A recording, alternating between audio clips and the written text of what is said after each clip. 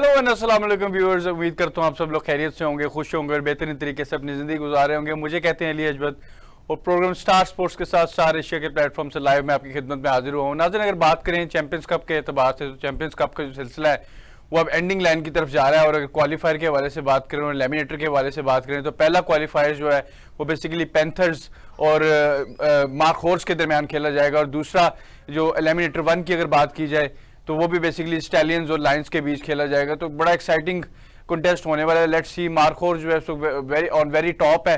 अगर हम champions cup के हवाले से बात करें टेबल के हवाले से तो मार्क हॉर्स टॉप 1 पे है, नंबर 1 पे, और नंबर 2 पे जो है वो बेसिकली पैंथर्स हैं। तो ये दोनों बड़ी फेवरेट टीम समझी जा रही हैं। स्पेशली मार्क हॉर्स की अगर बात करें तो मोस्ट फेवरेट टीम समझी जा रही है। अगर बात करें इन टर्म्स ऑफ फेवरेटिज्म तो dark horse is the number 1 team so far. अगर हम टेबल के एतबार से बात करें, जो टेबल अभी हमने जो लेटेस्ट देखा, और अगर फर्दर मोर हम आगे बात करें तो अगर हुसैन की बात करें, नंबर 1 बॉलर है, 11 विकेटें हासिल की। कामरान गुलाम नंबर 1 बैट्समैन है, 247 रन बनाए। बाबर आजम नंबर 2 पे हैं, 230 रन बनाए। तो बाबर आजम की फॉर्म भी बड़ी अच्छी चल रही है। कामरान गुलाम भी बड़े पुरुमीद हैं कि उनको मौका दिया जाएगा इंटरनेशनल क्रिकेट के हवाले से। तो इन्हीं चीज़ों पे आज बात करेंगे, और हमारे साथ जो है बड़े हमारे प्यारे मेहमान जो है, प्यारे गेस्ट मौजूद हैं। वकार हुसैन साहब मौजूद, इनको वेलकम कहते हैं शो में। एनालिस्ट हैं, सीनियर जर्नलिस्ट हैं, इनको वेलकम कहते हैं। Sir, very warm welcome in the show. बहुत शुक्रिया अली भाई आपका। सर, सबसे पहले ये बताइए, चैंपियंस कप जो है वो आपको पता है, चैंपियंस कप पे भी हम आते हैं, लेकिन उससे पहले एक अहम बात आपसे और करना चाह रहा हूँ। कोई न्यूज़ आई थी कि एफ्रो 11 वर्सेस एशिया 11 कुछ होने लगा है, और अगर एफ्रो 11 की बात करें उसमें साउथ अफ्रीका और जिम्बाब्वे के प्लेयर्स होंगे, और अगर एशिया 11 की बात की जाए तो उसमें बाबर आजम वगैरह, रोहित शर्मा वगैरह, इंडिया के, पाकिस्तान के, बांग्लादेश के क्रिकेटर्स होंगे। विराट कोहली भी इसमें खेलेंगे, सुनने में आ रहा था। तो क्या अपडेट्स हैं इस बारे में, कुछ ऐसा होने जा रहा है? जी बिल्कुल, ऐसी खबरें आ रही हैं। ठीक है कि ऐसा कुछ होने जा रहा है जिसमें बाबर आजम भी एक टीम में शामिल किए गए हैं। और बाबर आजम को तो आपको पता है कि अब अल्लाह का शुक्र है कि उनकी जो फॉर्म है वो वापस आना शुरू हो गई है। और चैंपियंस कप में हमने देखा था कि उन्होंने अच्छी तरह से परफॉर्म भी किया, और अब तक का उनका जो स्कोर है वो 230 है, सेकंड नंबर पर 61 की एवरेज है। तो बिल्कुल, और एवरेज भी उनकी बेहतर रही है। और उम्मीद यही है कि जब वो एशिया टीम में खेलेंगे तो तब भी उनका जो बल्ला है वो खूब चलने के इम्कानात है, क्योंकि जाहिर बात है कि जो उनकी कारकर्दगी है वो अब काफी बेहतर होगी है, और जिससे उनको काफी हौसला अफजा उनको बेहतरी आएगी। और सर, आप नहीं समझते कि जो फॉर्मेट है ओडीआई के फॉर्मेट की अगर बात करें तो ओडीआई जिस तरह की बाबर आजम की शॉर्ट सिलेक्शन होती है, जिस तरह की उनकी रेंज है, जिस तरीके के वो खिलाड़ी हैं, तो आप नहीं समझते कि जो ओडीआई का फॉर्मेट है वो बेसिकली बना ही बाबर आजम के लिए है और बाबर आजम को सूट करता है ओडीआई का फॉर्मेट? बिल्कुल, मैंने आपको ये बताया था जब पीसीबी ने ये टूर्नामेंट डिजाइन किया था तो इसी चीज को मद्देनजर रखते हुए ये टूर्नामेंट शुरू किया गया था कि 50 ओवर्स का आगे champions trophy I next year Pakistan में, और पाकिस्तान इसकी मेजबानी करेगा। जो हमारे जो प्लेयर्स हैं वो अपनी फॉर्म को लूज करते जा रहे हैं, तो अपने प्लेयर्स को बिल्डअप करने के लिए टूर्नामेंट को डिजाइन किया गया था। तो इसमें काफी हद तक पीसीबी को कामयाबी भी हासिल हुई है, जिसमें हमने देखा था कि बाबर आजम जो हैं वो अपनी फॉर्म में वापस आते जा रहे हैं। इसके अलावा इमामुल हक ने भी अच्छा परफॉर्म किया। कामरान गुलाम तो ऑलरेडी परफॉर्म कर रहे थे, लेकिन उनकी परफॉर्मिंग में मजीद बेहतरी आई है। और इसके अलावा जो हमारे बॉलर्स हैं उनके रिदम में भी काफी हद तक बेहतरी हमने देखी है। गो के ये मैचेस इतने इंटरेस्टेड नहीं थे, वो इसलिए मैं कह रहा हूँ कि जिस टीम ने पहले टॉस जीत कर पहले बैटिंग की, ये चीज हुई है कि जो चेस करने वाले उनको मुश्किल आई है। पाकिस्तान टीम की अगर बात की जाए तो पाकिस्तान टीम को भी हमेशा से चेस करने में मुश्किल आती है, और उसी तरह अगर बात की जाए तो पाकिस्तान के जो डोमेस्टिक कप के हवाले से वही खिलाड़ी हैं ऑलमोस्ट, तो उनको भी चेस करने में दुश्वारी हो रही है। बिल्कुल, इस मामले में उनको भी काफी दुश्वारी हो रही है। जो सेकंड बैटिंग कर रही थी टीम, उनके जो बैटर्स हैं वो काफी मुश्किलात का शिकार रहे, बल्कि मुश्किलात का शिकार क्या रहे कि वो अपनी टीम को जितवाने की कोशिश करते रहे, लेकिन उनको कामयाबी हासिल नहीं हो सकी, जिसकी वजह से यकीनन अब उनको ऐसे विकेट्स पर भी खेलना आएगा और उनको खूब प्रैक्टिस मिली होगी। इसके अलावा जो हमारे बॉलर्स हैं उनको भी काफी शाइन मिला होगा इस टूर्नामेंट से। और हमने ये भी बात की थी कि जो पुराने क्रिकेटर्स हैं उनकी फॉर्म को वापस आने के लिए पीसीबी काफी संजीदा है, क्योंकि नए यंग क्रिकेटर्स भी जब इस तरह के डोमेस्टिक टूर्नामेंट होते हैं तो उससे भी वो सामने आते हैं। लेकिन बदकिस्मती से हमारी ये रवायत रही है कि जब भी कोई नया प्लेयर हमारे सामने आता है तो हम उसको बड़े ही खुशी से वेलकम तो करते हैं, लेकिन जब उसको कौमी स्क्वाड में शामिल किया जाता है तो उसको हम चांस नहीं देते, यानी कि यूटिलाइज सही तरीके से नहीं कर पाते। आपने देखा कि इमरान अहमद को भी सही तरीके से यूटिलाइज नहीं किया गया, सिर्फ साइम अयूब को यूटिलाइज किया गया, लेकिन उन्होंने उस हिसाब से परफॉर्म नहीं किया जिस हिसाब से आप और इसके अलावा जो क्रिकेट को पसंद करने वाले लोग हैं, जो साइम अयूब की बैटिंग के काफी पसंद करते थे, उनकी खास करके नो लुक शॉट को, तो साइम अयूब ने उस हिसाब से परफॉर्म नहीं किया। लेकिन साइम अयूब ने 150 भी बनाया है जी, 150 तो अब बनाया है, लेकिन मैं पहले टूर्नामेंट की बात कर रहा हूँ। हाँ, इब्तिदाई मैचेस में थोड़ा स्ट्रगल किया। इसके अलावा T20 वर्ल्ड कप में भी ऐसे ही हुआ था, तो उन्हें स्ट्रगल करते रहे, लेकिन उन्हें कामयाबी हासिल नहीं हुई है। और इसके अलावा माजी में भी हम जाएं तो काफी ऐसे क्रिकेटर्स हैं जिनको भरपूर अंदाज से मौका नहीं मिल सका है। बहरहाल इमामुल हक हैं, उन्होंने परफॉर्म किया है क्योंकि उनकी फॉर्म भी खत्म होती जा रही थी, लेकिन आगे टेस्ट सीरीज होने जा रही है ऑस्ट्रेलिया के साथ, में भी अब सिलेक्टर देखते हैं इंग्लैंड के साथ जो टेस्ट सीरीज होने जा रही है। England is coming to Pakistan, क्या समझते हैं जो इमामुल हक है, मौका दिया जाएगा उनको? क्योंकि लास्ट टाइम इमामुल हक को साइडलाइन कर दिया गया और उनकी जगह डिफरेंट टैलेंट को साइम अयूब आए, मोहम्मद उरेरा को सिलेक्ट किया गया, तो आप क्या समझते हैं इस बारी जो इमामुल हक है उनको चांस मिलेगा प्रॉपर, क्योंकि वो एक अच्छी शेप में नजर आए हैं चैंपियंस कप में भी? बिल्कुल, मेरे सोचते ये कहते हैं कि उनको बिल्कुल चांस मिलेगा, क्योंकि उन्होंने पहले हमने देखा था कि वो परफॉर्म नहीं करते जब पाकिस्तान की टीम में थे, उसके बाद वो साइडलाइन हो गए, लेकिन डोमेस्टिक टूर्नामेंट में उन्होंने परफॉर्म किया और उनकी जगह भी बनती है, और खास करके इसलिए क्योंकि बांग्लादेश के अगेंस्ट जो हमारी सीरीज हुई थी तो उसमें हमें बुरी तरह से शिकस्त हुई थी। बिल्कुल ऐसा ही है। पीसीबी और इसके अलावा जो हमारे सिलेक्टर्स हैं वो यही चाहेंगे कि ओल्ड क्रिकेटर्स को शामिल किया जाए, तजर्बेकार क्रिकेटर्स को शामिल किया जाए, वो कम से कम अपने आप को दिफा करना तो जानता होगा ना, तो उस हिसाब से ऐसे प्लेयर्स को टीम में शामिल किया जाए, तो यकीनन इमामुल हक को भी टीम में शामिल किया जाएगा। और इसके अलावा अब कोशिश की जाएगी, और आज बहुत बड़ी बैठक हुई थी लाहौर के मकामी होटल में, पाकिस्तान क्रिकेट टीम के मैनेजमेंट के जो अरकान थे उसके में शामिल थे। उसके अलावा जो ये 5 टीमें जो चैंपियंस कप में पार्टिसिपेट कर रही हैं, इनके जो मेंटोर्स हैं वो भी शामिल थे, और जो हमारे हेड कोचेस हैं व्हाइट बॉल के और इसके अलावा रेड बॉल के, वो भी वहाँ शामिल थे, तो काफी सलाह मशवरा इस हवाले से किया गया था और मुस्तकबिल की मनसूबाबंदी की गई थी। इसके अलावा मनसूबा साजी की गई है कि अपनी क्रिकेट टीम को किस तरह से हमने बिल्ड करना है, क्योंकि आगे चैंपियंस ट्रॉफी एक बड़ा टूर्नामेंट आ रहा है और पाकिस्तान इसकी मेजबानी करेगा, तो अपनी टीम को हमने शाइन करना है, अपनी टीम की कारकर्दगी को निखारना है। तो वो क्या ऐसी स्ट्रेटेजी बनाई जाए, क्या ऐसे तरीकेकार अपनाए जाए जिससे हमारी जो टीम है वो मजबूत हो सके। तो ऐसी कोई न्यूज है कि बाबर आजम को उन्होंने श्योरिटी दी है कि आप जो है चैंपियंस ट्रॉफी तक कप्तान मुकर्रर रहेंगे टीम के, आपको एक चांस दिया जाता है चैंपियंस ट्रॉफी तक, you will be the captain of Pakistan team, ऐसी कोई बात है? नहीं, ऐसी कोई बात नहीं की गई वहाँ, ठीक है, और ना किसी किस्म की कोई छोटी दी गई, और जाहिर बात है कि कप्तानी के हवाले से कोई बात नहीं की गई है, क्योंकि अगर कप्तानी के हवाले से बात करते तो बाबर आजम भी वहाँ मौजूद थे, इसके अलावा शान मसूद भी वहाँ मौजूद थे, इसके अलावा हमारे जो दीगर क्रिकेटर्स हैं वो भी वहाँ मौजूद थे, और सबके सामने तो इस तरह की बात नहीं की जा सकती ना कि आपको हम मुस्तकबिल में कप्तान बनाएंगे या नहीं कप्तान बनाएंगे, या किसी फलां क्रिकेटर को हम कप्तान बना देंगे। ये तो आपको पता है कि बैकएंड पे इस तरह की चीजें डिसाइड होती हैं। तो ये वाली सिर्फ और सिर्फ ये बैठक इसलिए हुई थी कि पाकिस्तान क्रिकेट टीम को किस तरह स्ट्रेंथन किया जाए, किस तरह मजबूत किया जाए, और कौन से प्लेयर्स ऐसे हों जिन्हें इंग्लैंड के खिलाफ टेस्ट सीरीज में मौका दिया जाए। और अब जब इंग्लैंड की टीम पाकिस्तान का दौरा करेगी तो उससे पहले की तमाम किस्म की जो स्ट्रेटेजी है वो इस बैठक में जेरे गौर आई है, और यकीनन बाबर आजम ने भी मशवरे दिए हैं, और इसके अलावा जो हमारे दीगर क्रिकेटर्स हैं उन्होंने भी मशवरे दिए हैं, और जो हमारे मेंटोर्स हैं तो उन्होंने उनके जेरे साया ये चैंपियंस कप हो रहा है, तो यकीनन उन्होंने भी यंग टैलेंट को भी देखा है, उसके अलावा जो हमारे पुराने क्रिकेटर्स हैं उनको भी परफॉर्म करते हुए देखा, तो उन्होंने भी अपनी आउटपुट लाजमी बड़ी बैठक में दी होगी।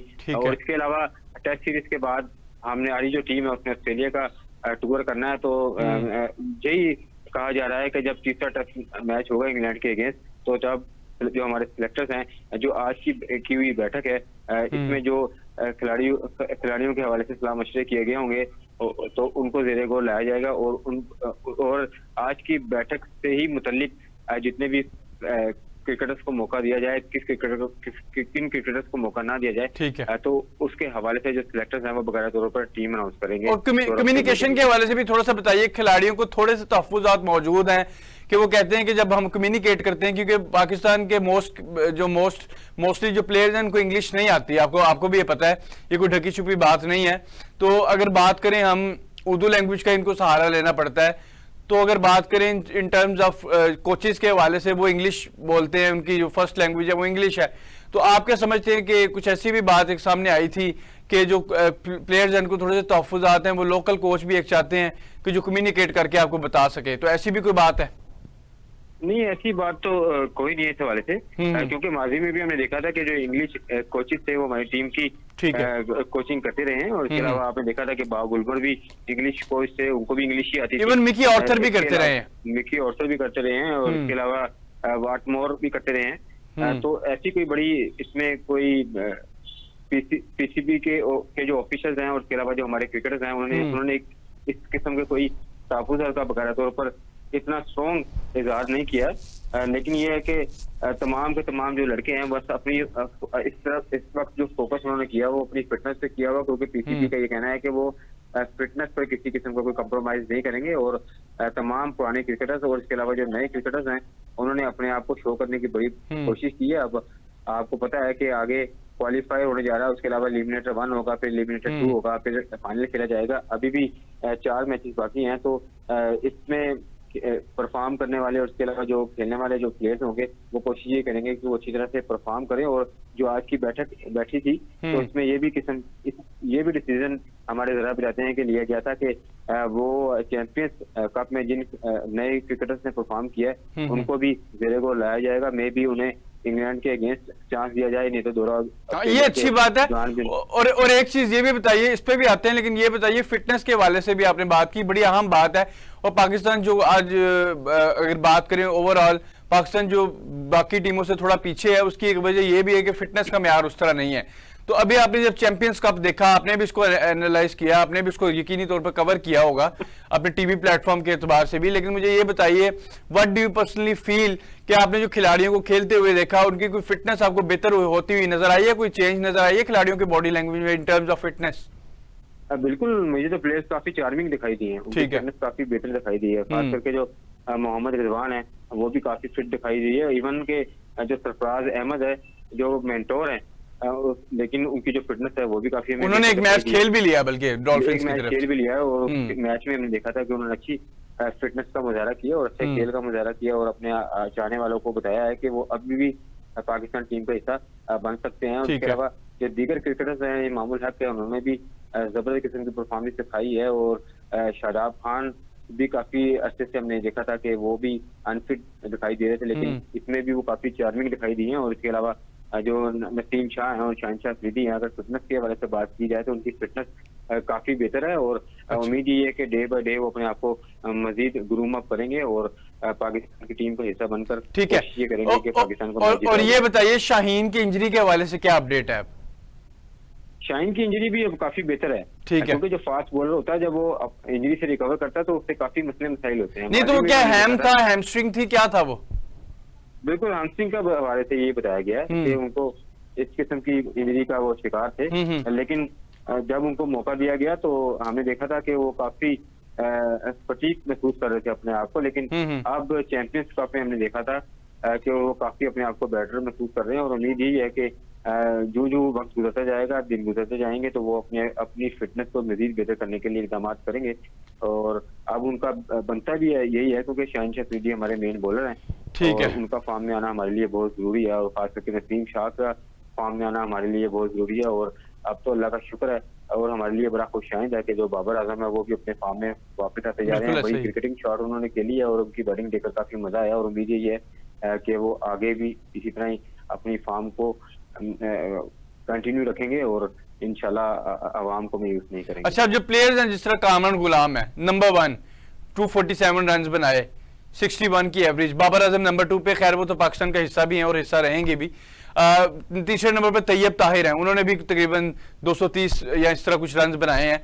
तो आप क्या समझते हैं, जिस तरह प्लेयर्स हैं, कामरान गुलाम तो मोस्ट डिजर्विंग प्लेयर्स हैं, 4-5 साल से वो ट्राई कर रहे हैं पाकिस्तान टीम में आने के लिए, स्क्वाड में आ जाते हैं लेकिन फिर साइडलाइन कर दिया जाता है, प्लेइंग 11 में खेलने का मौका नहीं मिला।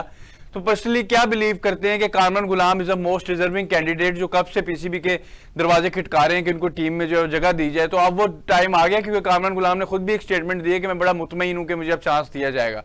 तो आप क्या समझते हैं अब चैंपियंस कप में जो उनकी परफॉर्मेंस रही है उस एतबार से पीसीबी को अब उनको प्लेइंग 11 में तो लाना ही पड़ेगा? बिल्कुल कामरान गुलाम की जगह बनती है, कामरान गुलाम की, बल्कि अब नहीं बल्कि पहले भी कामरान गुलाम की जगह बनती थी। और अब तो चैंपियंस कप हो रहा है, इससे पहले जो मुख्तलिफ किस्म के डोमेस्टिक टूर्नामेंट होते रहे हैं तो कामरान गुलाम ने काफी अच्छा परफॉर्म किया था। इसी बेस पर उन्हें पाकिस्तान टीम का हिस्सा बनाया गया था बांग्लादेश के अगेंस्ट, लेकिन उन्हें बाद में रिलीज कर दिया गया था। और कामरान गुलाम जो थे उन्हें तकरीबन 2 साल से ही वो पीसीबी की लिस्ट में शामिल होते हैं कि उन्हें टीम में शामिल किया जाए, और सिलेक्टर्स हिचकिचाते हैं कभी कभी उन्हें शामिल करने में और कभी कभी उन्हें शामिल कर लेते हैं, लेकिन जब शामिल किया जाता है प्लेइंग 11 में मौका नहीं दिया जाता, हमारी प्लेइंग 11 में उनको जगह नहीं मिलती थी। और आपको मैं ये बात बताऊं कि आबिद अली के साथ भी इसी तरह होता रहा ना कि आबिद अली भी डोमेस्टिक क्रिकेट में काफी परफॉर्म करते रहे थे, और इसके अलावा काफी मीडिया के शोर शराबा करने के बाद, उसके अलावा सोशल मीडिया पर काफी शोर शराबा होता रहा, जिसके बाद आबिद अली को टीम में शामिल किया गया था। और आबिद अली को जैसे ही टेस्ट टीम का हिस्सा बनाया गया था तो उन्होंने काफी परफॉर्म किया था।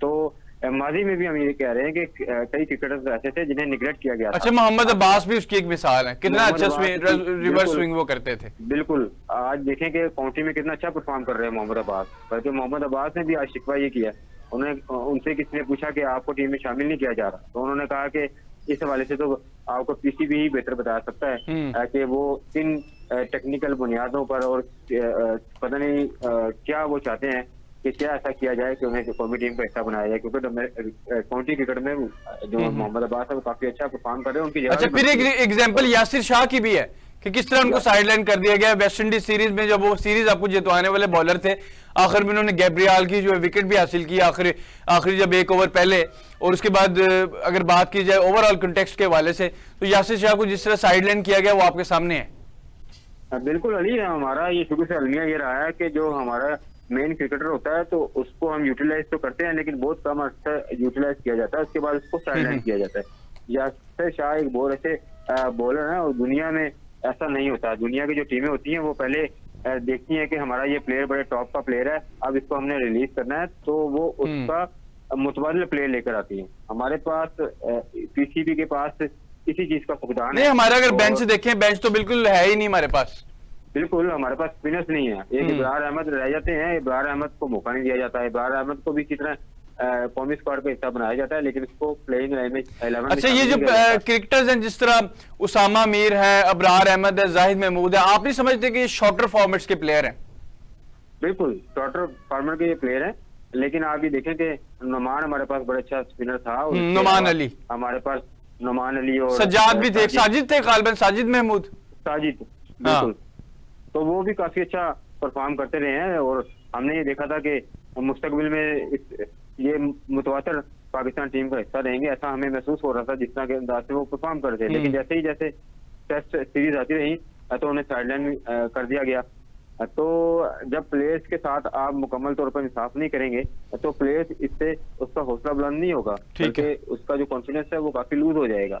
आप तो काफी अच्छा फैसला किया गया था। पीसीबी के चेयरमैन जो मोहसिन नकवी है, उन्होंने ये कहा था कि जो डोमेस्टिक टूर्नामेंट में परफॉर्म करेगा और जो डोमेस्टिक सतह पर परफॉर्म करेगा तो उसको हर सूरत जो पीसीबी है कंसीडर करेगा। यही वजह है कि हमने ये देखा कि चैंपियंस ट्रॉफी में जो चैंपियंस कप होने फैसलाबाद में हो रहा है, इसमें हमारे जो यंगस्टर हैं वो भी काफी अच्छा परफॉर्म कर रहे हैं। और इसके अलावा जो हमारे पुराने क्रिकेटर्स हैं उनको भी ये डर खौफ है कि ये ना हो कि हम अगर अच्छा परफॉर्म नहीं करते तो हमें अगर साइडलाइन किया जाता है तो हमारे मुतबादिल नए जो से लड़के हैं वो टीम में शामिल हो सकते हैं, तो जिससे हमारी मुकम्मल तौर पर पक्की छुट्टी भी हो सकती है। तो इससे काफी खिलाड़ियों को गुरूम हासिल होता है, हौसला मिलता है और खिलाड़ी अपनी परफॉर्मेंस को बेहतर करने के लिए, अपनी फिटनेस को बेहतर करने के लिए खुद से मेहनत करना शुरू कर देते हैं ताकि उन्हें किसी किस्म की परेशानी ना हो मुस्तकबिल में। बहुत शुक्रिया, हमारे साथ वकार हुसैन साहब मौजूद थे, सीनियर स्पोर्ट्स जर्नलिस्ट हैं, स्पोर्ट्स एनालिस्ट हैं, उन्होंने बड़ा अच्छा वैल्यूएबल एडिशन किया प्रोग्राम में। तो नाज़रीन, एक छोटा सा ऑब्स्टिकल है, छोटा सा barrier in terms of break, we have to take a very short break.